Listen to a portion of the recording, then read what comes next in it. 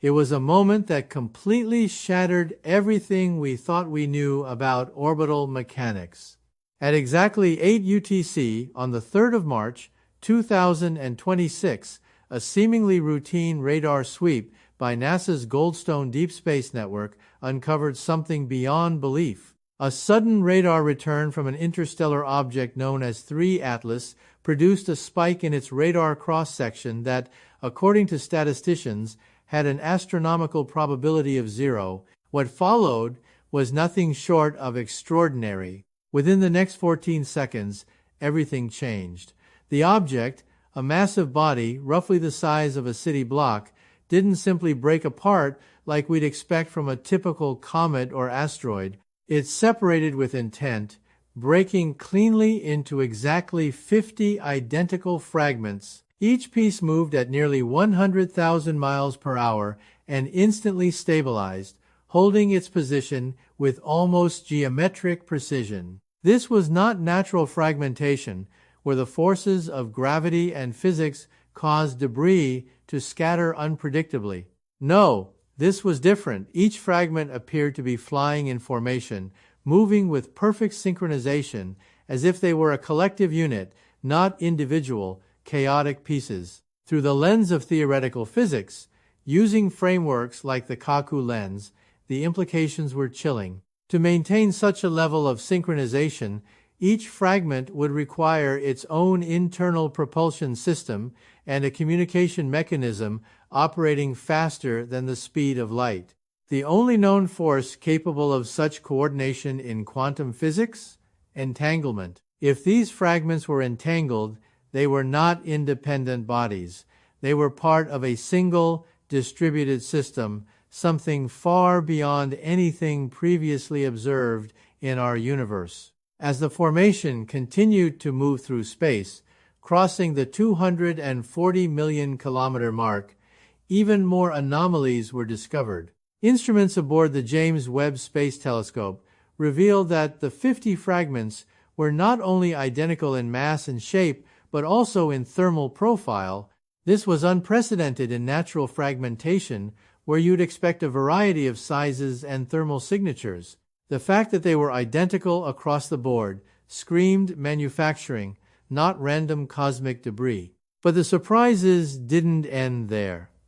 As the objects continued on their path, something even more unusual was happening. They weren't heading toward Earth, they were navigating. Each fragment adjusted its own trajectory long before it entered Earth's atmosphere, but remarkably, there was no thermal exhaust, a complete absence of heat signatures, which was confirmed by the Chandra X-ray Observatory. This violated everything we knew about propulsion. These objects weren't pushing against space, they were pulling on it. What was even more unnerving was the data that followed.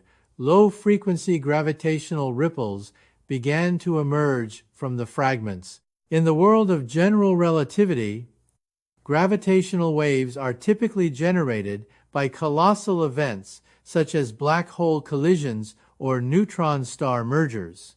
For objects of this size, to produce detectable gravitational ripples implied they were composed of something far denser than normal matter. The presence of degenerate matter, or stabilized metallic hydrogen materials, previously only theorized, could explain how the fragments anchored themselves to the fabric of spacetime. This wasn't just strange, it was impossible by all current standards of physics. But the data kept pouring in, confirming what we'd been dreading. The fragments weren't just drifting aimlessly, they were systematically spreading across the globe, positioning themselves over Earth's major tectonic plates, an alignment that could only be described as deliberate. The probability of this happening by mere chance? Effectively 0. As if that wasn't enough, things took a darker turn. The lead fragment, designated Probe Alpha, sent a focused burst of energy directly toward the Ice Cube Neutrino Observatory in Antarctica. Neutrinos are subatomic particles that can pass through almost anything, including entire planets. By choosing neutrinos as a medium, this signal bypassed Earth satellites, radio communications, and defenses, sending a message directly to our most sensitive detectors. With that, the countdown began. We had only 64 hours left until the objects would make contact with Earth's atmosphere. The entire global scientific community was now facing a terrifying reality. This was no longer just an anomaly in space. It was the beginning of an event that would change everything we knew about our universe. To understand why this has sent shockwaves through the scientific community, we have to take a step back and look at the second law of thermodynamics. Entropy always increases, order decays, chaos follows. In every system, when something breaks apart, it's supposed to move toward disorder.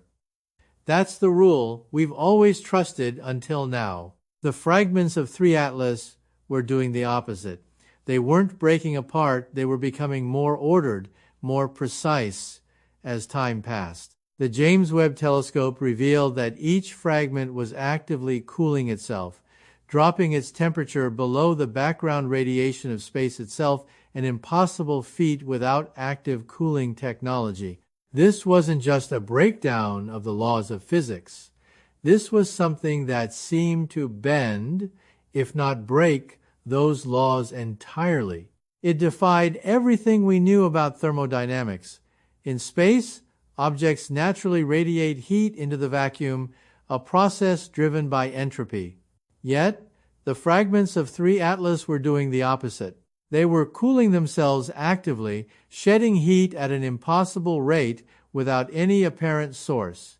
In cryogenics, this was simply unheard of. For an inert object to actively become colder than the surrounding vacuum without external intervention was a violation of every principle of thermodynamics. But these fragments weren't just maintaining temperature, they were accelerating while shedding heat with perfect efficiency. The only possible explanation for this phenomenon in theoretical physics was entropic propulsion, a concept that had been explored but never observed. Essentially, these fragments were converting internal thermal energy directly into motion, almost without any energy loss. In traditional engines, waste heat is inevitable. It's a byproduct of the conversion process. But these objects weren't using chemical or nuclear energy.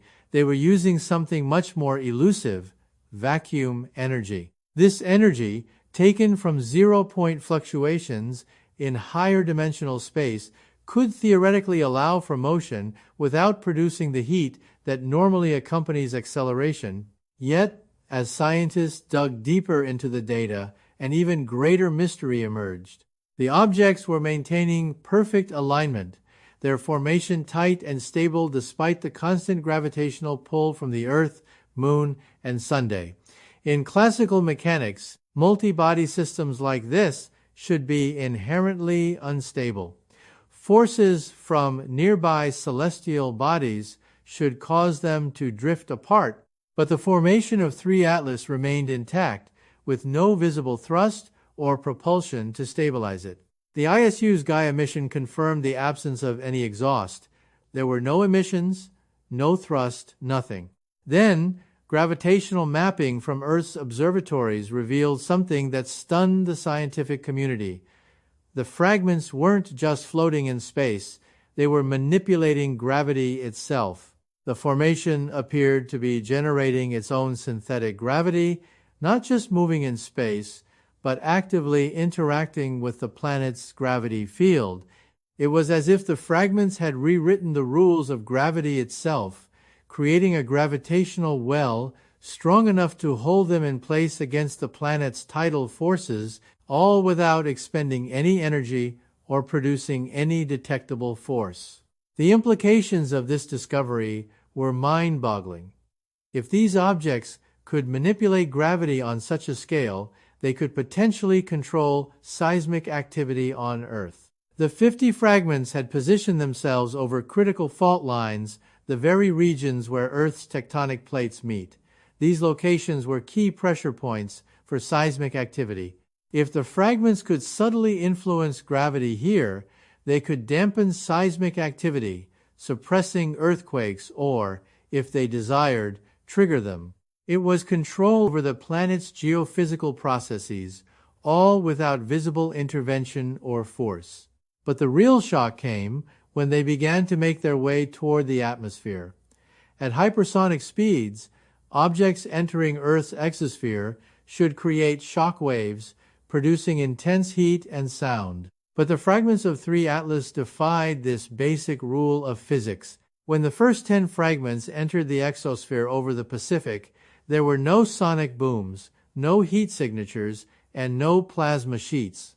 The atmosphere didn't burn or react in any noticeable way. Instead, it parted as if the air itself were gently pushed aside. X-ray data from the James Webb telescope confirmed that the air molecules were being displaced rather than collided with. This behavior was unlike anything seen before. The objects were not falling, they were inserting themselves into the atmosphere with perfect precision.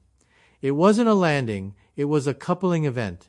These fragments had synced themselves with the atmosphere, and their electromagnetic properties seemed to be interacting with the planet's ionosphere, forming a connection that was beyond anything humanity had ever seen. As this process unfolded, the fragments continued to hover over Earth's tectonic pressure points, their precise placement allowing them to subtly influence seismic stress. They weren't here to destroy, they were here to regulate. And as they settled into position, an eerie calm took hold. There were no loud announcements, no flashing lights, and no aggressive displays of force. Instead, there was only silence, an unsettling quiet that implied something much greater was at play. The final confirmation came from the Ice Cube Neutrino Observatory in Antarctica. The neutrino flux, which had initially been used to communicate with the fragments, now shifted from a countdown to a scanning mode. The neutrinos were no longer signaling a countdown, they were scanning Earth's interior, mapping the planet's core in real time with a precision that seismic science could never achieve. The formation was not just observing, it was probing the planet's inner workings, studying its molten core, magnetic fields, and geological dynamics in a way that had never been possible before. The next phase of this mind-bending event began with a shift in focus. The formation, which had been hovering silently above Earth, began to interact with the planet's electromagnetic system. The ionosphere, an essential part of Earth's atmospheric system, was responding to the presence of the fragments. Changes in its conductivity rippled across the planet in perfect synchrony with the fragments' movements.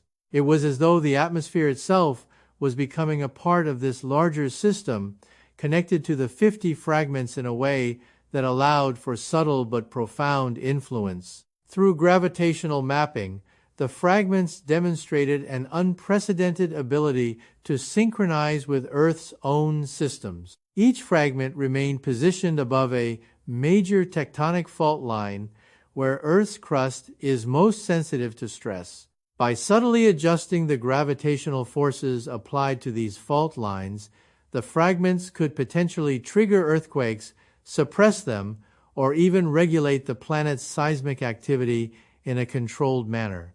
This was no longer a question of simple observation or intrusion. The fragments were part of an active, integrated system designed to maintain Earth's stability. As if to confirm this, the fragments began to emit a continuous, low-frequency hum at exactly 7.83 Hz, the Schumann resonance, Earth's natural electromagnetic heartbeat. By matching this frequency, the formation achieved what is known as phase locking, meaning Earth and the fragments were vibrating in harmony.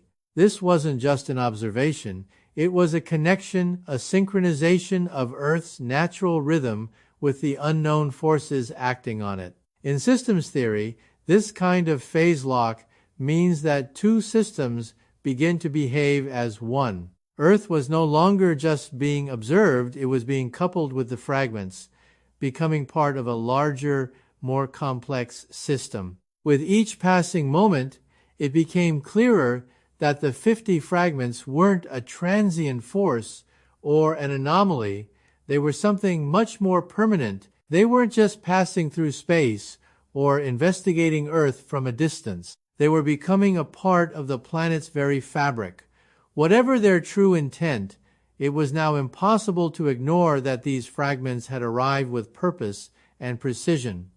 The scientific community was left with an uncomfortable realization. This was not a random event. It was a carefully orchestrated process.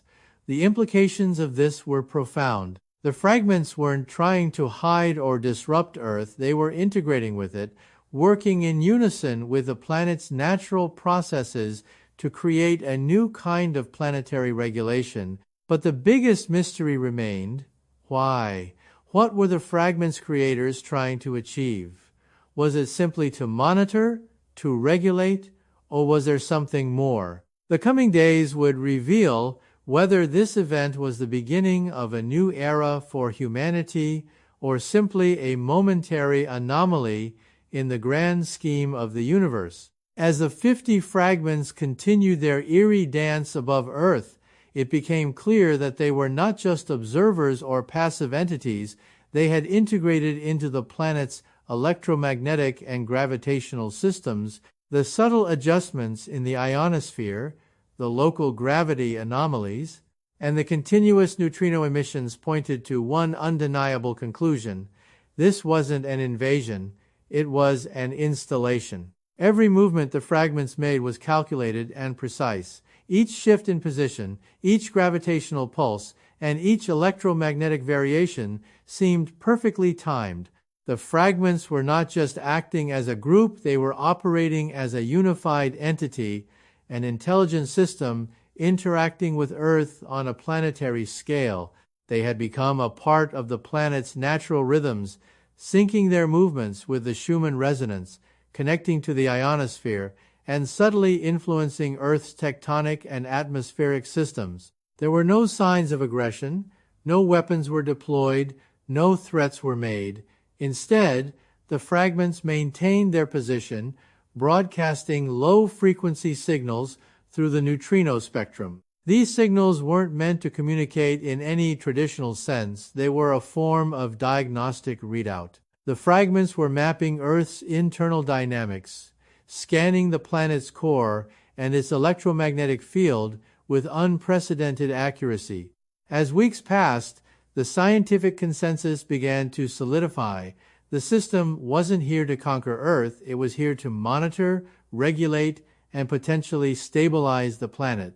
The fact that no immediate threats had emerged, no major disruptions had occurred, and no signs of aggression had been detected pointed to one uncomfortable truth: these fragments were not designed to leave.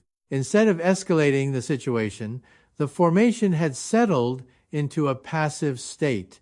It was an ongoing process of integration, not an invasion. The question shifted from "what are they doing?" to "what are they planning for the future?" The fragments were not just part of a transient event, they were an established presence on Earth, operating in harmony with the planet's natural systems.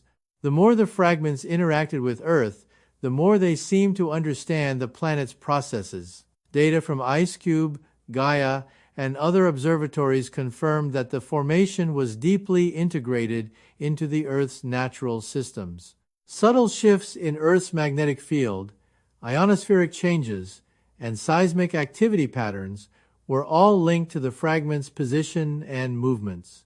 At the heart of this integration was the Schumann resonance, Earth's electromagnetic frequency. The fragments' ability to phase lock with this frequency suggested that they were not just observing the planet, they were participating in its natural processes. They had become a part of the planet's electromagnetic landscape, influencing its behavior without being detected by conventional means. As scientists continued to study the data, the realization set in that the fragments were not an external force, but an integral part of Earth's future. They were regulating the planet's environment on a planetary scale, ensuring stability and order.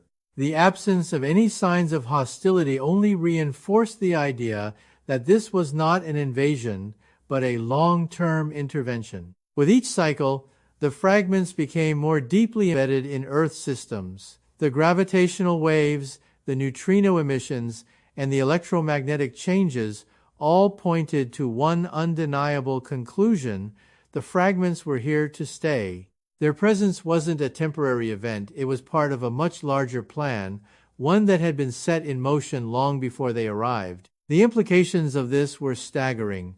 Earth was no longer an isolated system, it was now part of a larger, more complex network. The fragments had integrated into the planet's fabric, becoming a constant presence, shaping its future in ways that humanity had yet to fully understand.